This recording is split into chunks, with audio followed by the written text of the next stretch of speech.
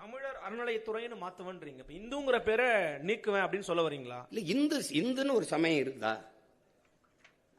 இது கூட்டு பொரியல் அவியல் சாம்பார் மாதிரி எல்லாம் சேர்த்து சாப்பாடு மாதிரி.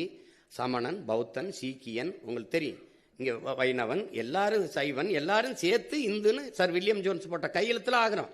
என் சமயம் சைவம். நான் சிவனை வழிபடுகிற சிவசமயம். என் சொத்து பத்திரத்துல, எங்க வீட்டில் எங்க அப்பாவோட சொத்து பத்திரத்துல சிவசமயம் இருக்கு. என் கோத்திரம் வந்து என் மகனுக்கு எனக்கு சிவ கோத்திரம். அப்ப நாங்கள் முருகனை வழிபடுகிற சைவர்கள். அப்ப சிவனை வழிபடுகிற சிவசமயம்.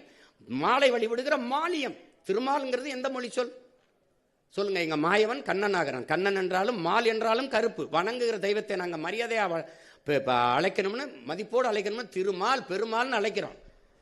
என் பெருமாள் கோயிலே எங்கள் ஆண்டாள் பாடின பாசுரங்களை பாட வேண்டியது. அதில் என்ன உனக்கு பிரச்சனை? ஆண்டாள் என்ன மொழியில பாடினா அது என்ன பிரச்சனை உனக்கு?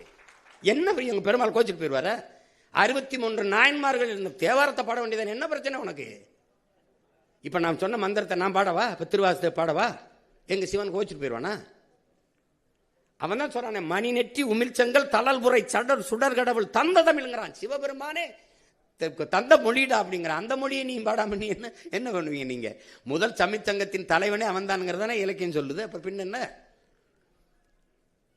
நீ வேற ஏதோ நான் அமெரிக்கால போயிட்டு தமிழிலும் அப்படின்னு போட்டா பரவாயில்ல. கோயிலை கட்டுறது நானு, முன்னாடி இறைவனா இருக்கிறவன் அவன், இதுக்கு எழுதுனது எங்காலு. அப்ப என் மொழி என் இறைக்கு முன்னாடி நான் பேச வேண்டியதானே? அதனால தமிழர் சமய அறநிலை தான். என் முருகனை, என் சிவனை, என் மாயவனை வழிபடுறதுக்கு எதுக்கு இப்ப இந்து சமயம் இருக்குது?